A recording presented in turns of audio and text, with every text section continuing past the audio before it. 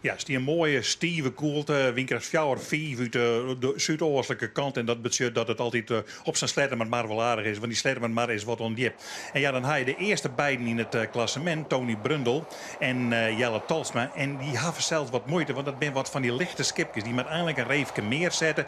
En die zijn wat twijfelrierig. Ze stieren ik al naar het zeil te zien van komt het wel goed. Nou, samen we dan maar fort. Maar het weer moeilijk zielen voor die beiden. Nou, dan hebben we op de Sletterman maar een prachtige route. Van de balste kant naar Sleerta, daarheen en leidt dan een spreadtonne. En dan gaan je weer om en dan mag je maar kiezen welke tonne je bij de balksterkanten wil nemen. En dan ga je weer helemaal naar boven. Nou, Henk Rechts, hij leidt hier in de start al de voorstag van 7 meter heen. Zoals Keef kan het dan soms gaan. Jelle Talsma, die ziet wat in het midden. Kwam er net helemaal goed uit. En Sibo Siesling, ja, die gaat hier dan uw stuurbord. Dan moet er weer achter de jonge Rijn los. En dan moet er weer achter die los. En hij moest achter iedereen los. En dan hadden ze de score 1 keer on. Zodat weer voor iedereen zei. We laten het even 1 keer goed zien. De score onloeken. Vers onloeken. Kom op jongens. Nog een keer die score onloeken. Ja, en dan krijg je er weer een vlaag in direct. Nog even ongeveer. En dan mag je hem onmiddellijk wel loslaten. En dan mag je weer ongelukkig. Nou, daar bleef het een beetje bij. Tony Brundle kwam wat beter uit de start bij. En zie het mij in de voorrijn. Als je in het kruisrek sjoggen. Maar het weer moeilijk te zien waar het eerst om die tonnen ging en zo. Want je hing weer een hulselskip. En die kwamen oer stuurboord naar de heegste tonneta. En dan is het moeilijk verzeld. Daar komen ze al hier. Tony Brundle. Daar komt Jeroen de Vos. Er zit nog een achter. Ja, dat zijn de Walseinders die hier zitten. En die moeten achter iedereen langs, want die doren net ergens hem tussen te zetten. Ik er net onder zetten. Die matten daarachter langs. Geen enkel risico. En dus komen ze achterom bij al deze skippen te lezen. Die nog wel een enige moeite hebben om die tonnen te hellen. Henk Rechts bijvoorbeeld. Hier screenen om die tonnen te krijgen. En dan komen er van boven weer van mijn jongens met vaart aan. En die gaan er dan in één keer overheen.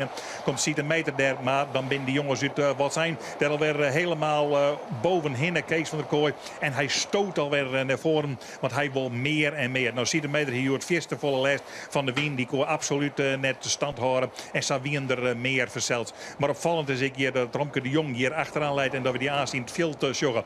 Nou, voorop bij de onderste tonnen show Tony Brundle ging. Die had voorlopig regaat houden en die zei van ik ben eerst om de ton. En dan show je mij hoe het net werd.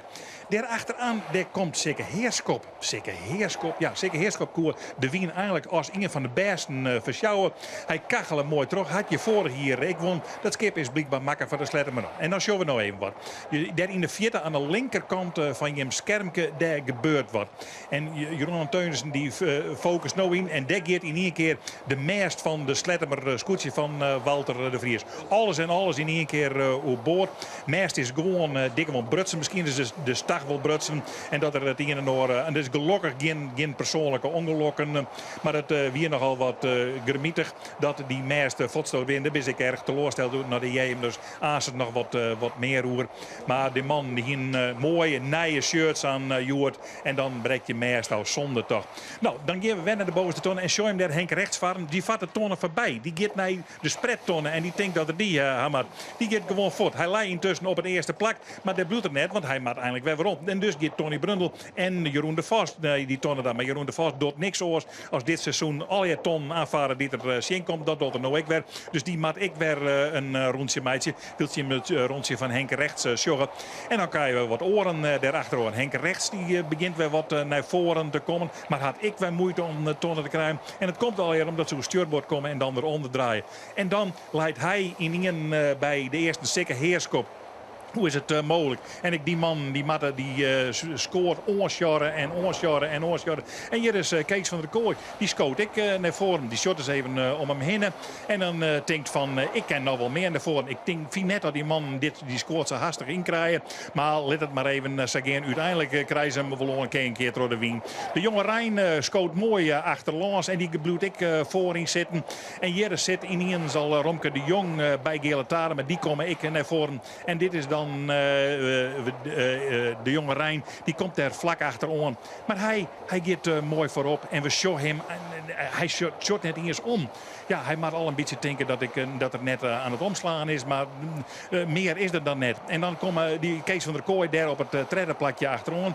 Beetje deun op de tonnen, maar het slingerke komt aan ze al. En dat is betiet genoeg. En dan kan je prachtig om die tonnen komen. En toen vielen die jongens weer aardig gelukkig verzeld. Nou, die komen de Jester Madders achterom, daar komt de Go achterom en daar komt de jonge Rijn achterom. En dat weer de kopperinners. En daar zie je toch wel een aantal verrassingen bij die daar al eerder bij zitten. En die oren die moesten maar in het achterveld zwarien dat ze weer wat naar voren kwamen. Dat wie is haar net. Dit wie in de nummers 3, 5, 6. En die zie je mooi achter de voorsten aan. Zei Sibu Siesling nog, zien Jelle Talsma, misschien maar even wat omheug had ik te let draai. Nou, dat kennen ik al de protestvlagjes bleuren intussen er wel binnen. Want nijs aan moeizame midje dan ik nog protesteren, dat valt helemaal net dat. En Jeroen de Vos kwam ik net ervoor. Nee, er wie maar één man Joert van Waard, deze sletten met maar wie. En dat wie deze man. Ja man, het weer machtig. Maar ik ben wel uit de lieken eerlijk zijn. Het wie sokvlageren waren en dan botste de samen 30 graden heen in. Die jongens van mij, geweldig Justine. Geweldig, die hebben het helemaal kapot wrakselen. Ze hebben de hand niet met de blinden op de klauwen. Geweldig, machtig. Ik heb het idee dat je hem de eerste 2 routes de wien beter voor jou kon dan de laatste 3 routes. Nou, dat idee ik net. Nee, we hebben lieten hem ietsje meer rennen. We hebben wat gewaarder aan het zielen geweest. Daar hongen we er misschien wat meer in. Ik net altijd goed. Nee, de laatste ronde is nog beter dan daarvoor. Maar hoe kom je hem nou voorop, Joert? Ja, geen idee. Gewoon uit de hele ziel zat je aan de boer en altijd. Nou ja, dat doe je best. Juist winnen we allerlaatste. Hier een grote frustratie. Nou, dan ben je eerste. En hij was tweede, Tony Brundel. En die viel dat wel gelukkig, want dan komt er een kop in het klassement. En daar is bleed mee. Nou ja, en op het derde plakje komen dan deze man eerst wat achterin zitten. Maar ze scoden stadig gewoon naar voren. En dan naar een mooi derde plakje. Ze bedriegen zelfs Tony Brundel nog. Maar dat zie je er net bij in, omdat de wedstrijden wat te kwad worden.